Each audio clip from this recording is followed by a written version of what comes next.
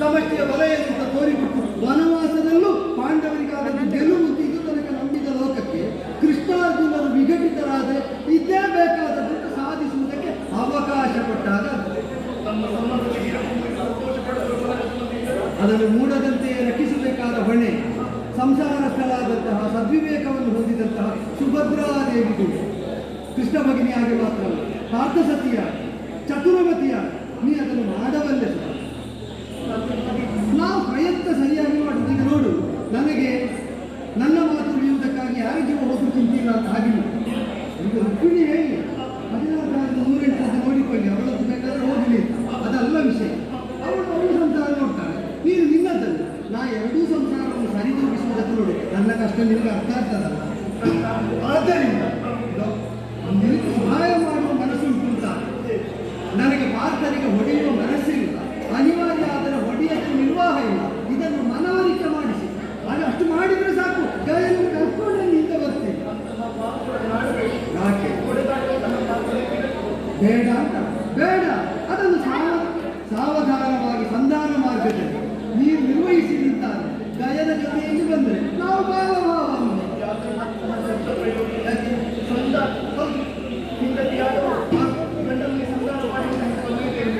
ಹಾಗೆ ಅಂತ ಈ ಸನ್ನಿವೇಶ ಅನ್ಯ ದಾಂಪತ್ಯದಲ್ಲಿ ಬರೆಯುವುದಿಲ್ಲ. ಪತಿ ಕಾಡಿನಲ್ಲಿ, ಸತಿಯಾದವರು ಊರಿನಲ್ಲಿ ತಿಳಿಯುವುದಿಲ್ಲ. ಇದೊಂದು ವಿಲಕ್ಷಣವಾದ ಸನ್ನಿವೇಶ ಮಾತ್ರ ಅಲ್ಲ, ರಾಜನೀತಿಜ್ಞನಾದ ಪಾರ್ಥನಿಗೆ ಯಾವುದು ಸರಿ ಅಂತ ತಿಳಿ ಹೇಳುವುದಕ್ಕೆ ಹೋಗುವವಳು ಸತಿಯಾದ್ರೇನು, ಆಡುವ ಮಾತು ವಿವೇಕದ್ದುಂಟಾದ್ರೆ ಅದಕ್ಕೆ ಸಂಧಾನದ ಗೌರವವು. ನೀನು ಒಪ್ಪಿಸಬೇಕು. ನೀನು ಸರಿಯಾದ ಪ್ರಯತ್ನ ಮಾಡು. ಮತ್ತೆ ಎಲ್ಲ ನಮ್ಮ ಕೈಯಲ್ಲಿ ಇಲ್ಲವಲ್ಲ, ಅವರ ನಿರ್ಣಯ ಅಂತ ಗೊತ್ತಾಗ್ತದಲ್ಲ ನಿನಗೆ. ಕನಿಷ್ಠ ನನಗೆ ಸಮಾಧಾನ ಇರಬೇಕು. ನನ್ನನ್ನು ಕೇಳಿ ಅಲ್ಲಿ ಅವರನ್ನು ಕೇಳಿದ್ರೆ ಯಾರು ನೆರೆಯರು ಅಂತ ನಿನಗೆ ಗೊತ್ತಾದರೆ ನೀವು ಸುಮ್ಮನೆ ದೂರುವುದಕ್ಕಿಂತ ನಾನು ಪ್ರಯತ್ನ ಪಡ್ತೀನಿ, ಯಶಸ್ವಿ ಆಗ್ತೀನಿ. ಒಳ್ಳೆ ಪ್ರಯತ್ನ ಮಾಡಿದರೆ ಅದು ಸಫಲ ಕೊಡಿ ಅಂತ ಸದಾ ಹಂಬಲಿಸಿ ಹಾರೈಸಿ ಆಶೀರ್ವಾದ. ಎಂತ ಮಾತನು ಕೇಳಿ ಹರಿ ಗೋವಿಂದ ಗೋವಿಂದ ಯಮುತ್ತರದಿಂದ ಮುಖಿ ಕಡೆ ತಂದೆಳ ಕಾಮ್ಯ ಕಾಮಹಾವನಕಿಗೆ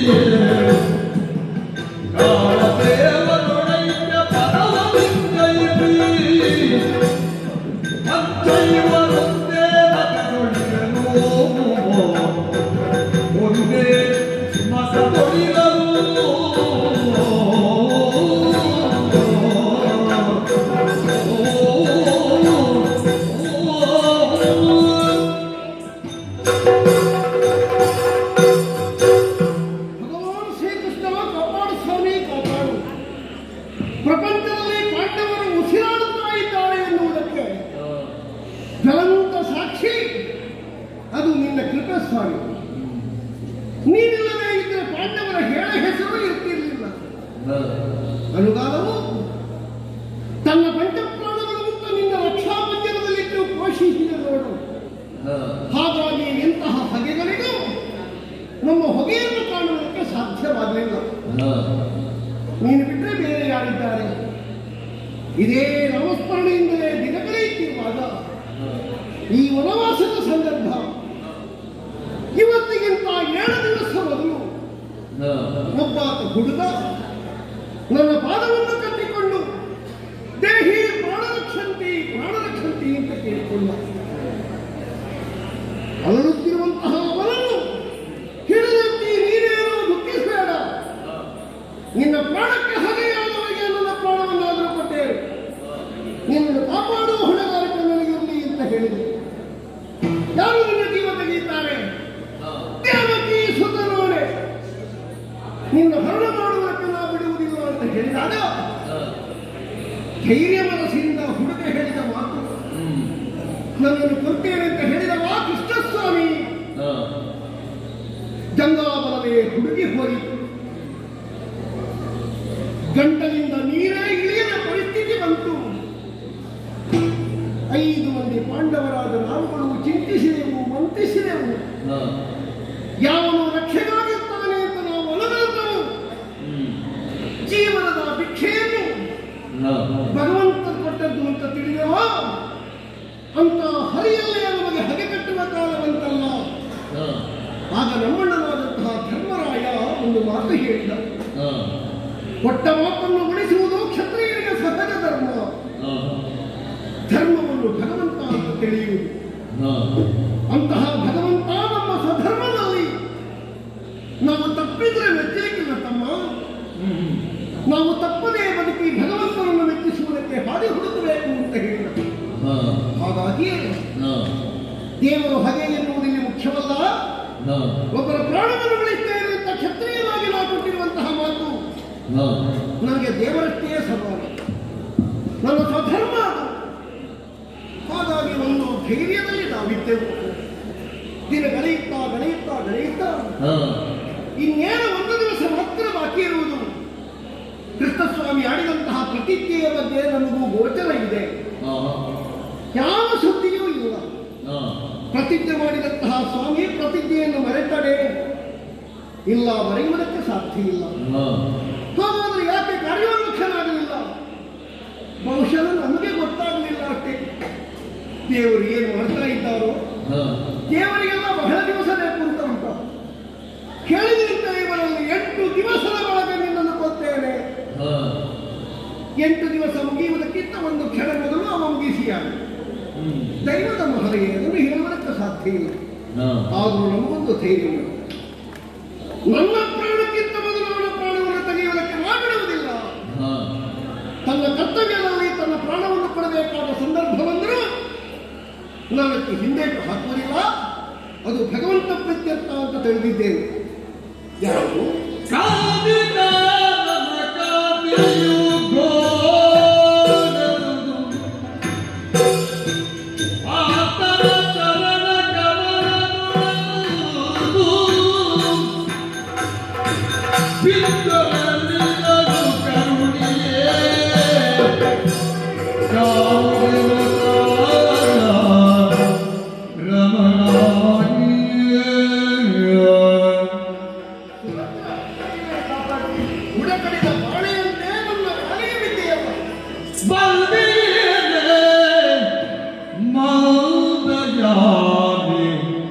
ಸುಂದರಿ ಸುಗುಣಿ ಗಾಡಿ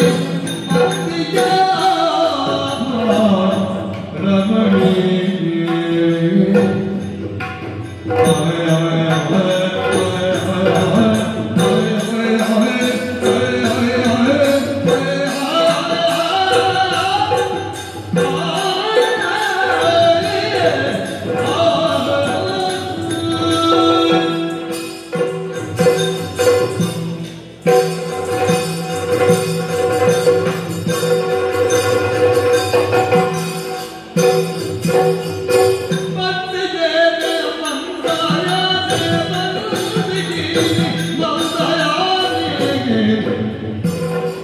ಧರಿಸು ಗುಣಿ ಜಾವಿಗೆ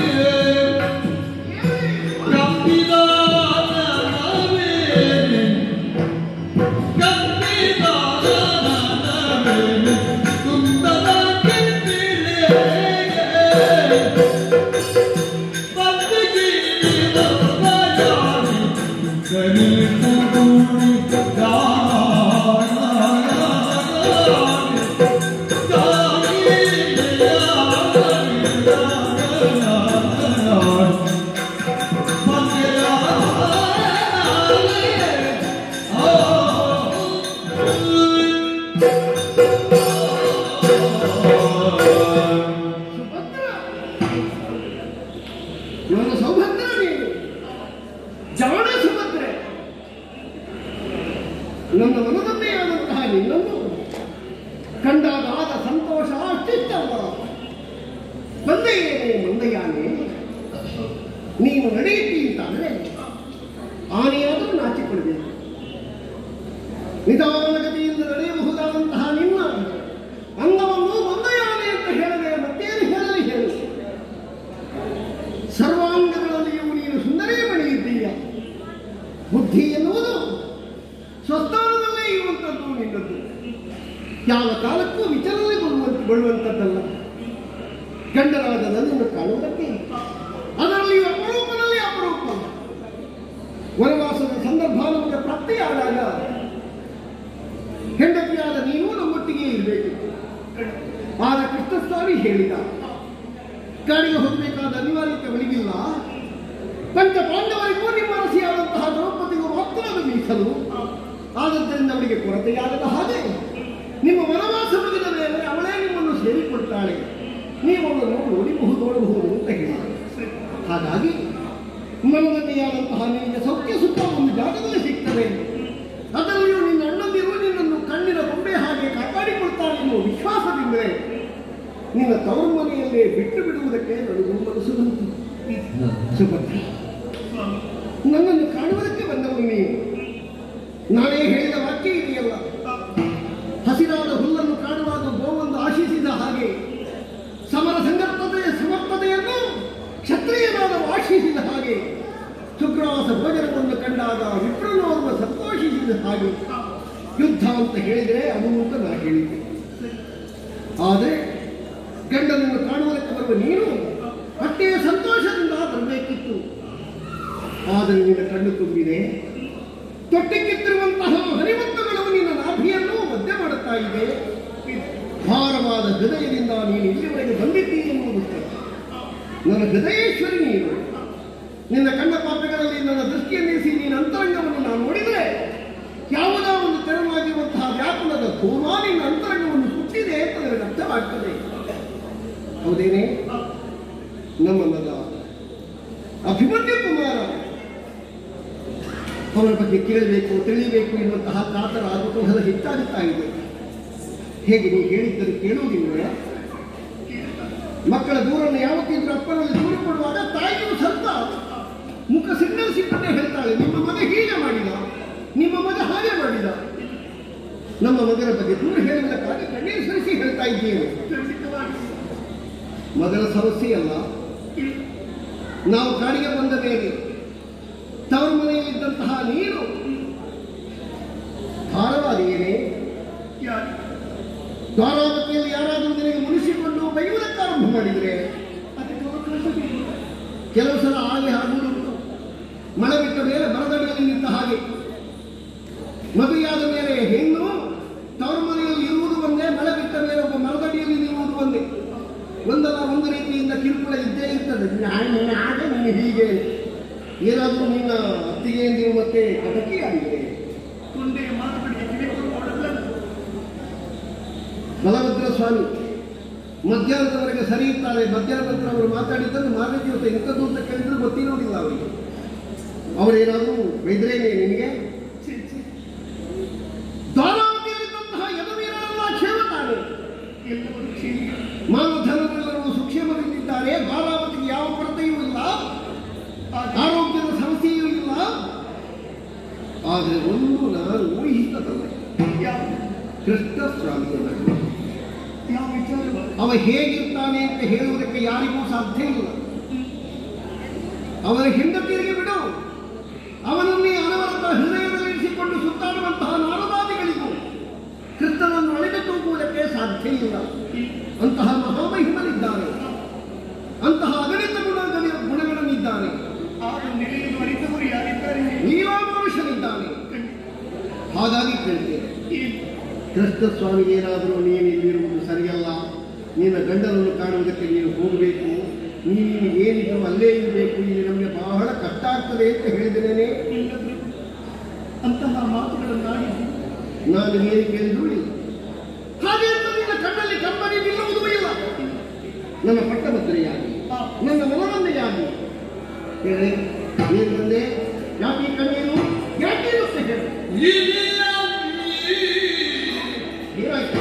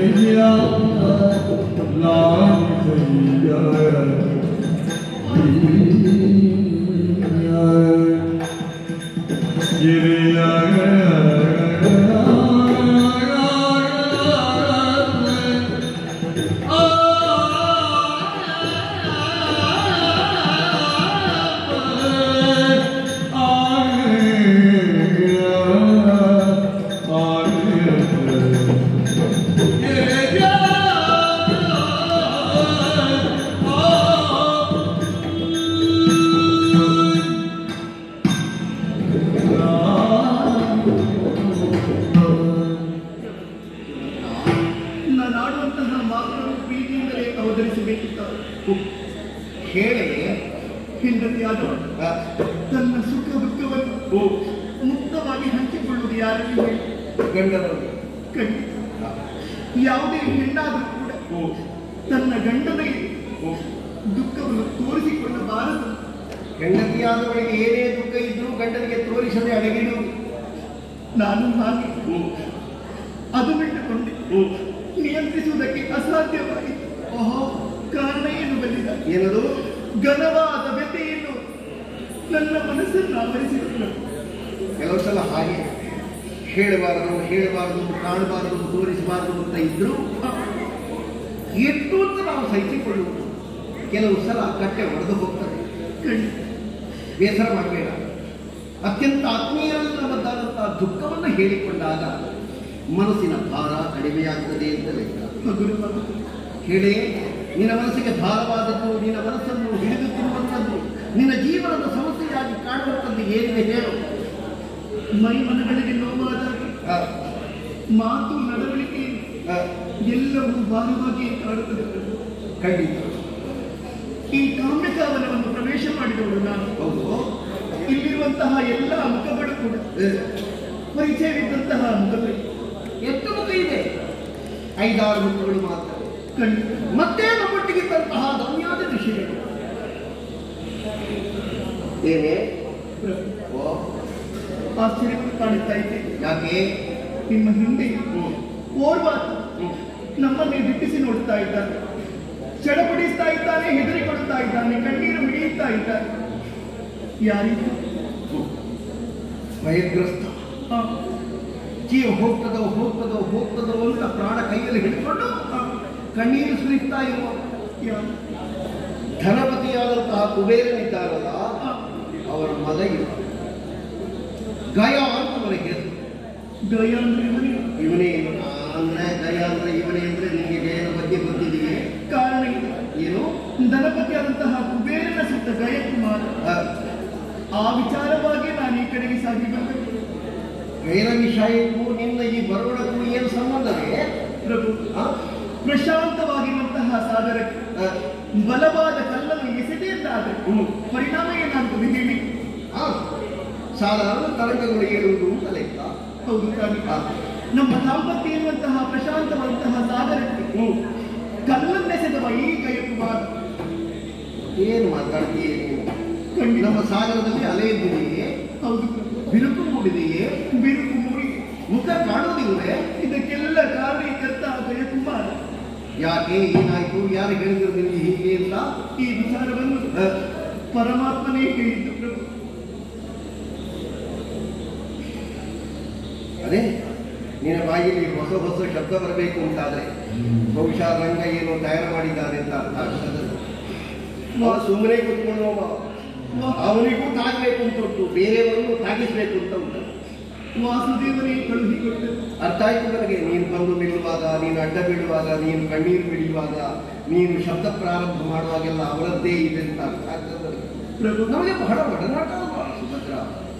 ನೀನನ್ನು ಮದುವೆ ಆಗುವುದಕ್ಕಿಂತ ಮೊದಲೇ ಅವರಿಗೆ ಬಹಳ ಆಗ್ತಿರೋದು.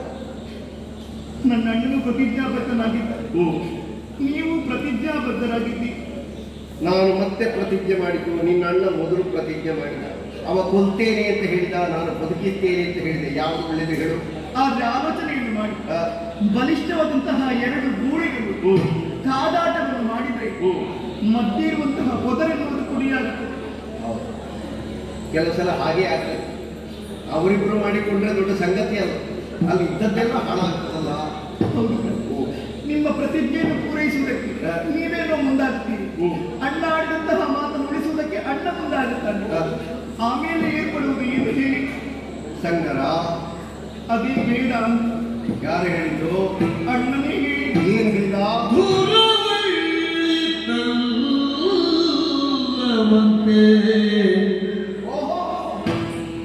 ರಾಯಾದ್ಯವೆಮ್ಮ ಪರಿಗಾತೆ ಮಾಡ್ತರಂತೆ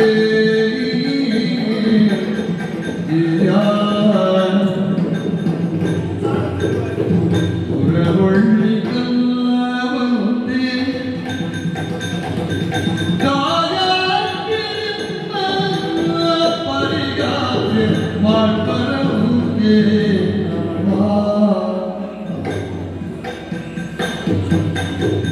ದರೆಯೋಳು ಬಂದಿದೆರ ಹಾಗೆ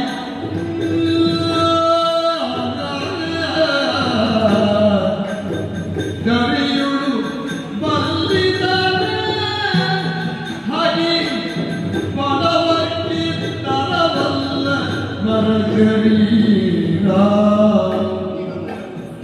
ದರೆಯೋಳು ಬಂದಿದೆರ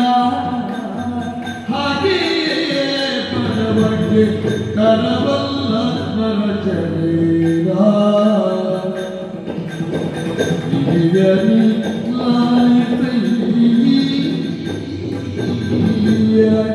ಕೇಳುವೆ ಮನಸ್ಸಿನ ಕರಗತಿಯ ಹಿರಿಯ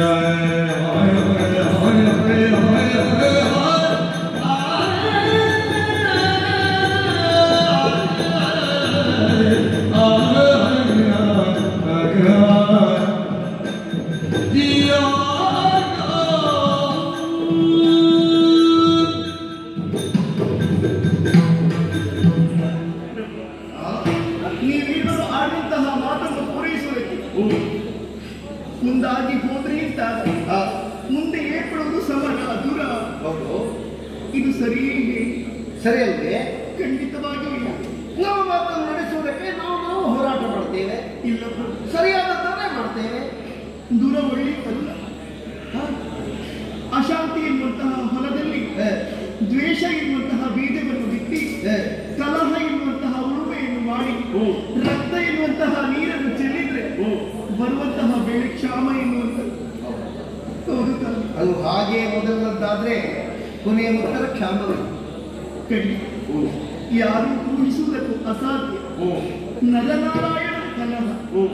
ಛೇ, ಈ ಮಾತನ್ನು ಕೇಳಿದಾಗ ಒಂದೊಮ್ಮೆಗೆ ನಾನು ದಿಗ್ಭ್ರಮೆಗೊಂಡೆ. ಕಣ್ಣೀರು ತುಂಬಿತು ಪ್ರಭು. ಅದಕ್ಕೆ ಬೇಕಾಗಿ ನಾನು ಈ ಕಡೆಗೆ ಸಾಗಿ ಬಂದರೆ ನೀವೇ ಆಲೋಚನೆಯನ್ನು ಮಾಡಿ. ಹೇಗೆ? ನಿಮ್ಮಿರುವರ ನಡುವೆ ಒಂದು ವೇಳೆ ಕಲಹವು ಸಂಗ್ರಾಮವು ಏರ್ಪಟ್ಟಿತ್ತು ಎಂದಾದರೂ ನಮ್ಮನ್ನು ನೋಡಿ ಕರತಾಡನ ಮಾಡಿ ನಗುವಂತಹ ಎಷ್ಟು ಮುಖಗಳು ಬೇಡ ಹೇಳಿ. ಯಾರು ಬರ್ತಾರೆ? ನಮ್ಮ ದಾಯಾದಿಗಳು. ಯಾರವರು? ಗೌರವಾದಿಗಳು. ಪ್ರಭು, ಎಲ್ಲವನ್ನು ಕಳೆದುಕೊಂಡವರು ನಾವು. ನಮ್ಮ ಬದುಕಿಗೆ ಅಸ್ತಿತ್ವವನ್ನು ಕಲ್ಪಿಸಿಕೊಟ್ಟವ ಆ ಪರಮಾತ್ಮ ಶ್ರೀಕೃಷ್ಣನಿದ್ದಾನೆ. ಸರಿ. ಆ ದೈವ ಬಲವು ನಮ್ಮಿಂದ ದೂರ ಆಯಿತು ಅಂತಾದ್ರೆ ನಮ್ಮ ಬದುಕಿಗೆ ನೆಲೆಯೇನು ಗತಿಯೇ? ಈ ಬಗ್ಗೆ ಆಲೋಚನೆಯನ್ನು ಮಾಡಬೇಕು ತಾನೆ. ಬಡವರಾದವರು ಬಲ್ಲಿಗಳಲ್ಲಿ ದ್ವೇಷವನ್ನು ಕಟ್ಟಿಕೊಂಡ್ರೆ ಈ ಪ್ರಪಂಚದಲ್ಲಿ ಬದುಕುವುದಕ್ಕೆ ಸಾಧ್ಯ ಉಂಟು ಹೇಳಿ. ನಮ್ಮನ್ನು ಬಡವರು ಅಂತ ಮಾಡಿಬಿಟ್ಟೆ. ಕೃಷ್ಣನೊಬ್ಬನೇ ಈ ಪ್ರಪಂಚದಲ್ಲಿ ಬಲ್ಲಿದ ಅಂತ ನೀನು ನಿರೂಪಿಸಿಬಿಟ್ಟೆ. ಖಂಡಿತವಾಗಿ ಪಾರಮಾರ್ಥಿಕವಾಗಿ ಹೇಳುವುದನ್ನು ಸರಿಯಾಗಿ ಆಲೋಚನೆಯನ್ನು ಮಾಡಿ. ಹೇಗೆ? ನಾವು ಸಾಮಾನ್ಯ ಜೀವ, ಆತ ದೇವನಿದ್ದ. ದ್ವಾರಕಾ ನಗರದಲ್ಲಿ ಯಾವುದಕ್ಕಾಗಿ ಕೊರತೆ ಎನ್ನುವುದಿದೆ ಹೇಳಿ? ಇಲ್ಲ. ಎಲ್ಲವೂ ಸಂಪತ್ಭರಿತವಾಗಿದೆ. ಕೃಷ್ಣನ ಅನುಗ್ರಹಕ್ಕೆ ಎಲ್ಲರೂ ಪಾತ್ರರಾದರು. ಹಾಗಿರುವಾಗ ಆತನಲ್ಲಿ ವೈರವನ್ನು ಕಟ್ಟಿಕೊಂಡಿದ್ದಾದ್ರೆ ಬದುಕಿ ಉಳಿಯುವುದಕ್ಕೆ ಸಾಧ್ಯ ಉಂಟೆ ಹೇಳಿ? ಹಾಗಾಗಿ ಈ ದೂರ ಬೇಡ ಸ್ವಾಮಿ. ಸುಭದ್ರ, ಕಟ್ಟಿಕೊಟ್ಟ ಬುದ್ಧಿ, ಹೇಳಿಕೊಟ್ಟ ಮಾತು, ಬಿಂದು ವಿಸರ್ಗ ವ್ಯತ್ಯಾಸ ಇಲ್ಲದೆ ಬಹಳಷ್ಟು ಚಂದದಿಂದ ಒಪ್ಪಿಸಿದರು. ಅಣ್ಣ ಹೇಳಿದ ಮಾತು ನನಗೆ ಅರ್ಥ ಆಗ್ತದೆ. ಅವನಲ್ಲಿ ಇಂಥದ್ದು ಸುಮಾರು ಹೀಗೆಲ್ಲ ಮಾಡ್ತಾರೆ. ಆಗಾಗ ಆಗಾಗ ಆಗಾಗ ನನಗದು ಬೇಡ. ಕೃಷ್ಣನ ತಂಗಿಯಾಗಿ, ದ್ವಾರಾವತಿಯ ಒಬ್ಬಾಕೆ ಸದಸ್ಯೆಯಾಗಿ ಆ ಮನೆಯಲ್ಲೇ ಇನ್ನು ಬದುಕಬೇಕಾದ ಸ್ಥಿತಿ ಉಂಟು ಎನ್ನುವ ದಾಕ್ಷಿಣ್ಯದಿಂದ ಈ ಮಾತಾಡಬೇಕು ಅಂತ ಇಲ್ಲ. ನನಗೆ ಅದನ್ನು ಅಗತ್ಯ ಇಲ್ಲ. ನನ್ನ ಪ್ರೇಮ ಸ್ವಾಮಿಯ ಹನಿಯಾಗಿ ಹುಟ್ಟಿ ಇನ್ನು ನನ್ನ ಹೆಸರನ್ನು ಪ್ರಪಂಚದಲ್ಲಿ ಸ್ಥಾಪಿಸುವುದಕ್ಕೊಬ್ಬ ತಯಾರಾಗ್ತಾ ಇದ್ದಾನಲ್ಲ, ನನ್ನ ಮಗ ಅಭಿಮನ್ಯ ಕುಮಾರ. ಅವನನ್ನು ಹೆತ್ತ ಬಡವನ್ನು ಹೊತ್ತಿರುವಂತಹ ನೀನು ಹೇಳು. ನನ್ನ ಛಾಯಾವರ್ತಿನಿಯಾಗಿ ಹೇಳು. ನನ್ನ ಧರ್ಮ ಯಜ್ಞದ ಹವಿಸ್ಸನ್ನು ಸ್ವೀಕರಿಸಬಹುದಾದಂತಹ ಗುಂಡವಾಗಿ ಹೇಳು. ಕ್ಷತ್ರಿಯೋತ್ತಮನಾದಂತಹ ವೀರಪುಂಗವನೇ ಗಂಡನಾಗಬೇಕು ಅಂತ ಬಯಸಿದೆಯಲ್ಲ, ಪ್ರೀತಿಸಿ ಮದುವೆಯಾಗಿಯಲ್ಲ, ಹೇಳು. ನಾನೇನು ಮಾಡಬೇಕು ಅಂತ ಹೇಳು. ಹಾಗೆ ಮಾಡ್ತೇನೆ.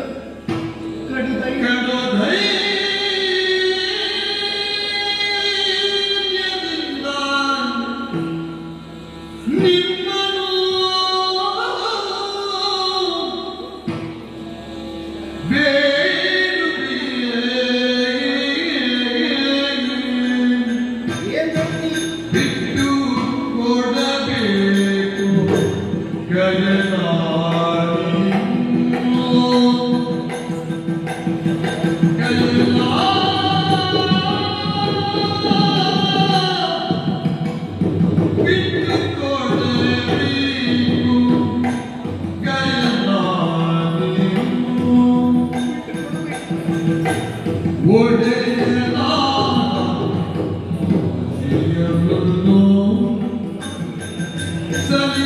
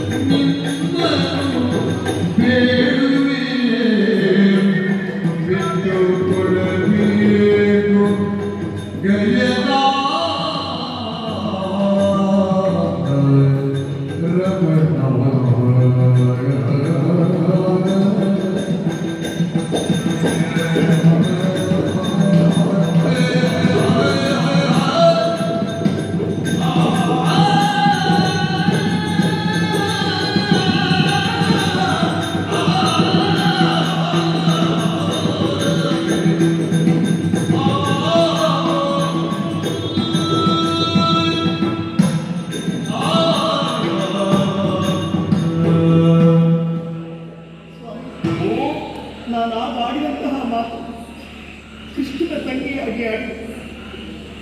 ಆದರೆ ಈ ಕಾಲಕ್ಕೆ ನಿಮ್ಮ ಮಡದಿಯಾಗಿ ಆಡುವುದಕ್ಕೊಂದು ಅವಕಾಶವನ್ನು ಕಲ್ಪಿಸಿಕೊಟ್ಟೆ.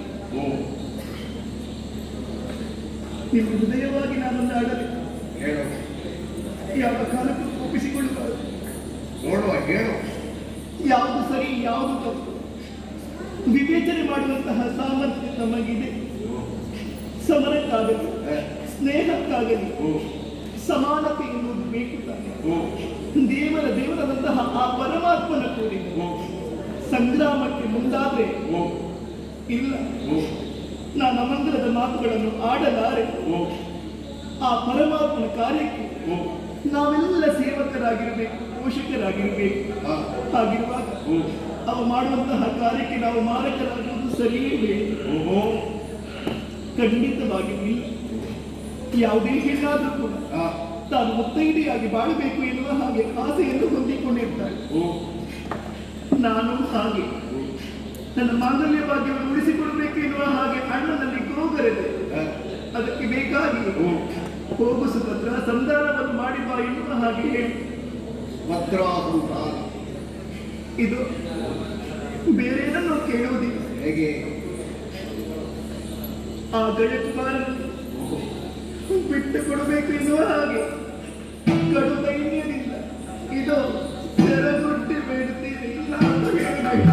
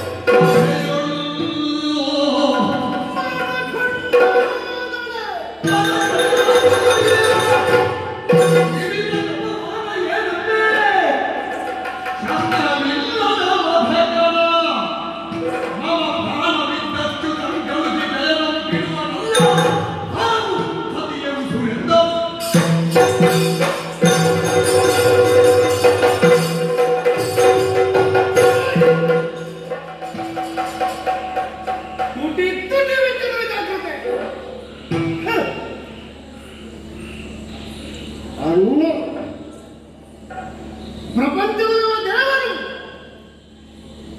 ಇದು ನಾನು ಒಬ್ಬನೇ ಇರುವಂತಹ ಸತ್ಯವಲ್ಲ. ಅದನ್ನು ಸತ್ಯವಾದ ಸತ್ಯ ಸಂಕಲ್ಪ ಸ್ವರೂಪ ಅಂತ ತಿಳಿದು ಸೇವಿಸಿದವ ನಾನು. ಲೋಕದಲ್ಲಿ ದೈವವಾದರು ತಾನು ಪ್ರಾಪಂಚಿಕರಿಗೆ ಕೊಡಬಹುದಾದಂತಹ ಶಿಕ್ಷೆಯು ರಕ್ಷೆಯು ಆ ಜೀವದ ಕರ್ಮವೂ ಆಗಿರ್ತದೆ. ಅದಕ್ಕಿಂತ ಹೊರತಾದದ್ದನ್ನು ದೈವವಾದರೂ ಕೊಡುವುದಕ್ಕೆ ಸಾಧ್ಯವಾಗುವುದಿಲ್ಲ. ಆನತಮಸ್ತಕನಾಗಿ ಕಣ್ಣೀರು ಸುರಿಸಿ ನನ್ನ ಪಾದವನ್ನು ತೊಳೆದು ನನ್ನ ಜೀವವನ್ನು ಉಳಿಸು ಎಂಬ ಹಾಗೆ ಜಯಕುಮಾರನಲ್ಲಿ ಕೇಳಿದಾಗ ಶಾಸ್ತ್ರ ಪಂಚಕ್ಕನುಸಾರವಾಗಿ ಅಳಲಗೆರೆ ಮನದಿರು ನಿನ್ನಯ ತಲೆಯ ಗೊಂಬಾತನ ತಲೆಯ ಗೊಂಬೆ ತಪ್ಪಿಲ್ಲದೆ ಧಾವನವ ಹೋಗುವೆ ದೇವಕಿ ಸುತನಾಡೆ. ಇದು ನನ್ನ ಪ್ರತಿಜ್ಞೆ. ಈ ಪ್ರತಿಜ್ಞೆಯನ್ನು ಈಡೇರಿಸುವಲ್ಲಿ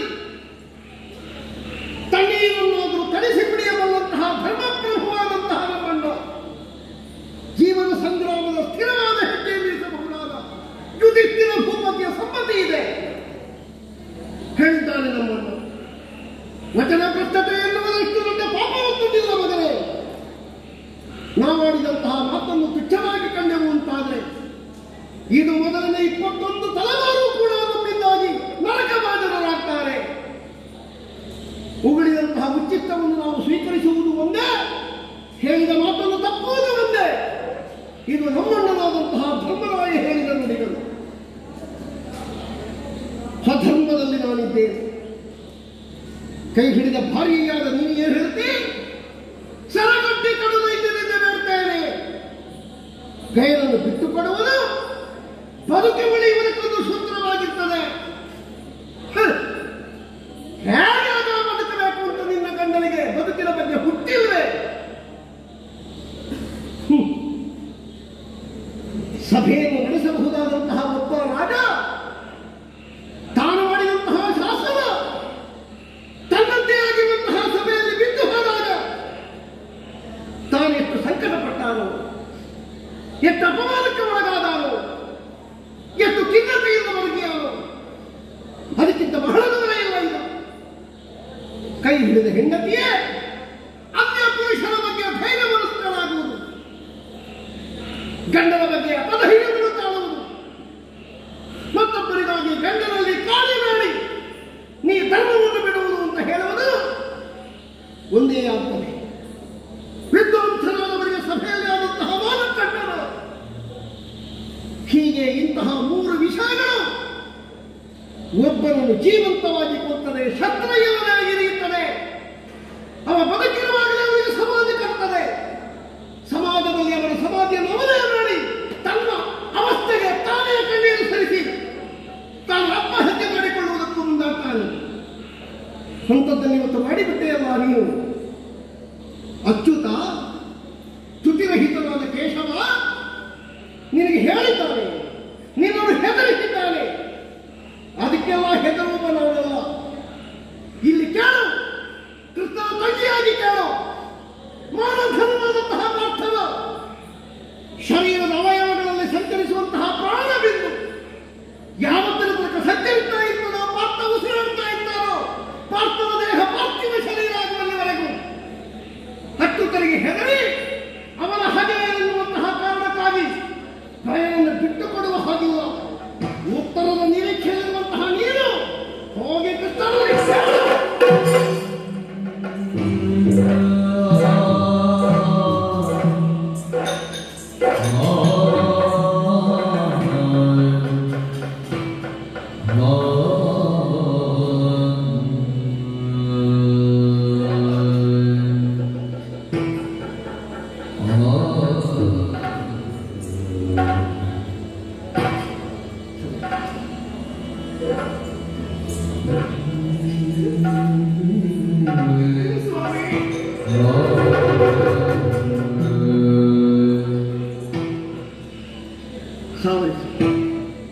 ದುಃಖಿಸಬೇಡ, ನನ್ನ ಪರಿಸ್ಥಿತಿಯನ್ನು ಅರ್ಥ ಮಾಡು.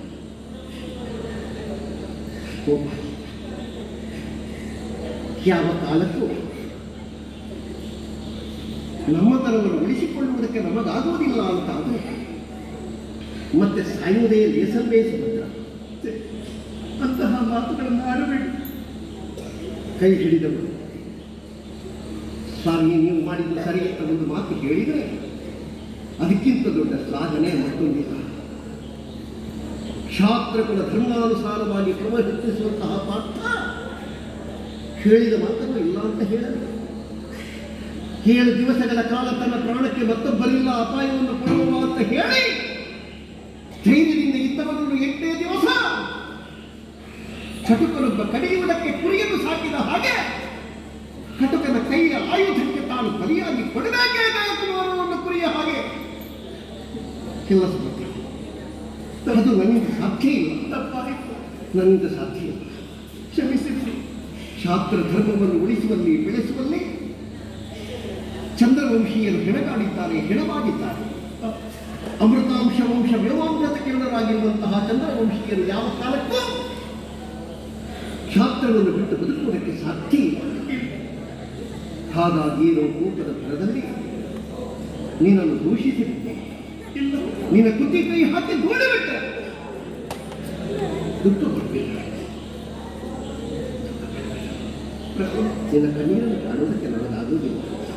ನೀನೇ ನಿಮ್ಮನ್ನು ಹೇಗಾದರೂ ಮಾಡಿ ಉಳಿಸಿಕೊಳ್ಳಬೇಕೆಂತಹ ಕಾರಣಕ್ಕೆ ಬೇಕಾದ ಆಡಬಾರದ ಮಾತುಗಳನ್ನೆಲ್ಲ ಆಡಿ ಇದು ಕ್ಷಮಿಸಬೇಕೆನ್ನುವ ಹಾಗೆ ಕರೆ ಜೋಡಿಸಿ ಬೇಡಿಕೊಳ್ಳುತ್ತೇನೆ. ನನಗೆ ಅರ್ಥ ಆಗ್ತದೆ ನಿನ್ನ ಪರಿಸ್ಥಿತಿ. ಅಣ್ಣನಿಗೆ ತಂಗಿಯಾಗಿ ಗಂಡ ಊರಲ್ಲಿಲ್ಲದ ಹೊತ್ತಿನಲ್ಲಿ ತವರು ಮನೆಯಲ್ಲಿ ಕುಳಿತು ಅವರಾಡುವ ಮಾತುಗಳಿಗೆಲ್ಲ ಮೈಯೆಲ್ಲ ಕಿವಿಯಾಗಿ ಕೇಳಬೇಕಾದ ಸಂದರ್ಭದಲ್ಲಿ ಒಟ್ಟಿನಲ್ಲಿ ದೇಹವೇ ಹಣ್ಣಾಗ್ತದೆ.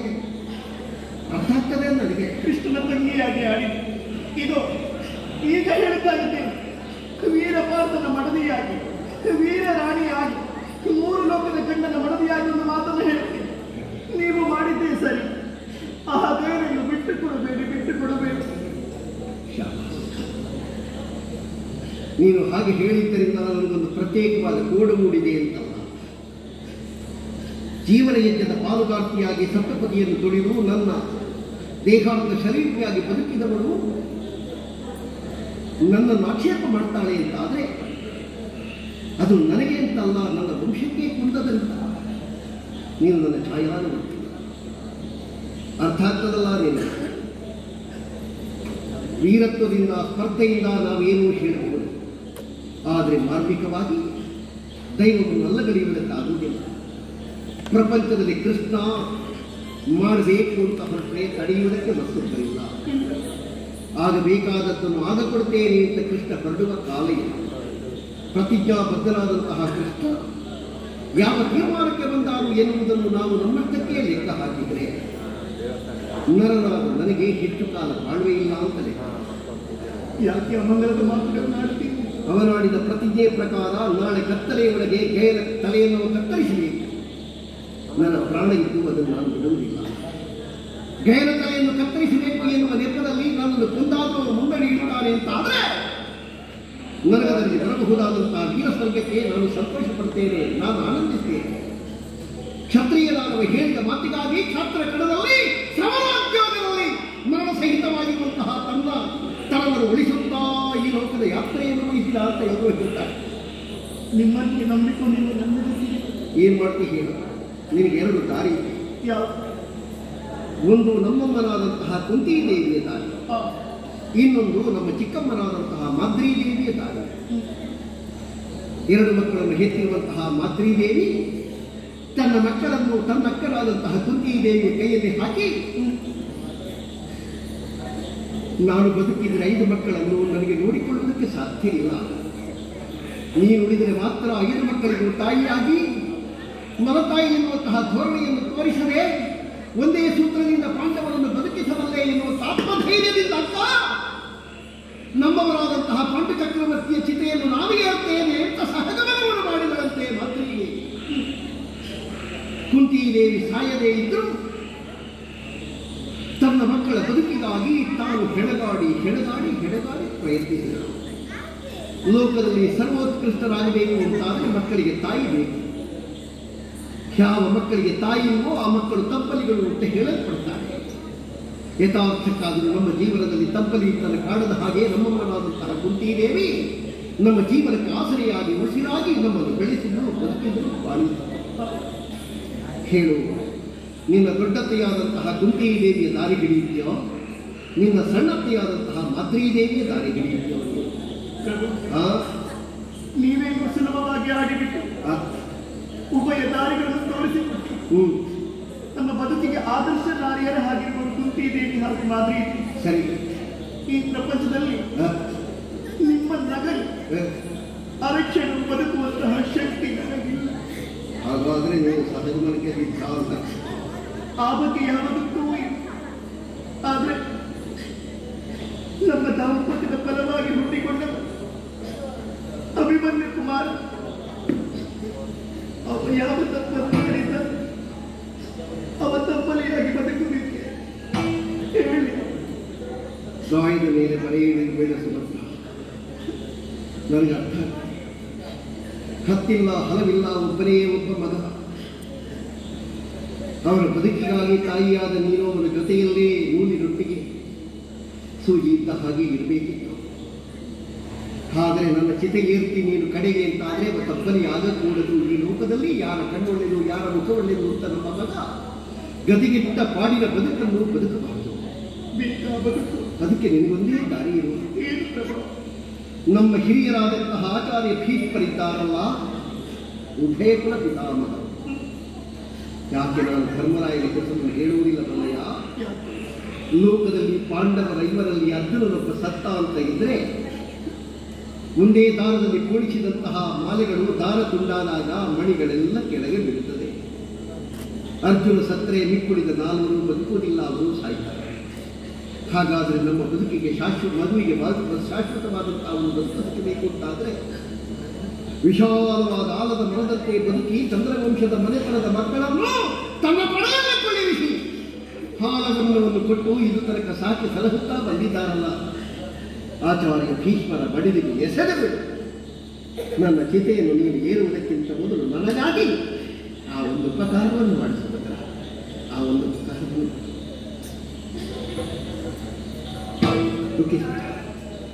ಭಗವದಿಚ್ಛೆ ಯಾವ ಕೃಷ್ಣನ ಕೈಯಿಂದ ಮಾಂಗಲ್ಯವನ್ನು ತೆಗೆದು ನಿನ್ನ ಕೊರಳಿಗೆ 3 ಗಂಟು ಹಾಕಿ ಧರ್ಮದಲ್ಲಿ ಅರ್ಥದಲ್ಲಿ ಕಾಮದಲ್ಲಿ ನಿನ್ನ ಅತಿಕ್ರಮಿಸುವುದಿಲ್ಲ ಅಂತ ನಾನೇನು ಹೇಳಿದೆನೋ ಅದು ಭಗವಂತನಿಗೆ ಇಲ್ಲಿಗೆ ಸಾಕುವಂತ ಇದ್ದರೆ ಉಳಿಸುವುದಕ್ಕೆ ಲೋಕದಲ್ಲಿ ಮತ್ತೊಬ್ಬರಿಲ್ಲ. ದೈವೇಚ್ಛೆಯೇ ನಡೆಯಲಿ, ದೇವರಾಟವೇ ದೊಡ್ಡದಾಗಲಿ, ಮನುಷ್ಯರಾಟ ಸಣ್ಣದಾಗಲಿ, ದೈವಾಧೀನವಾದ ಪ್ರಪಂಚದಲ್ಲಿ ಮನುಷ್ಯರು ದೈವಕ್ಕೆ ಆಧೀನರಾಗೇ ಇರಲಿ.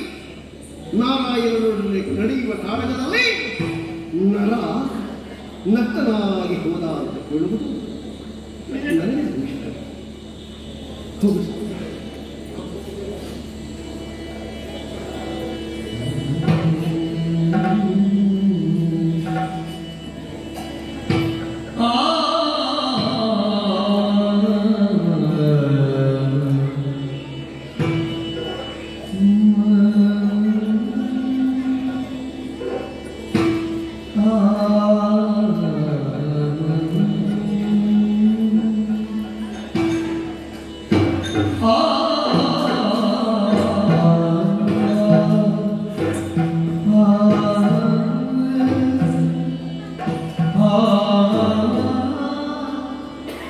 Ah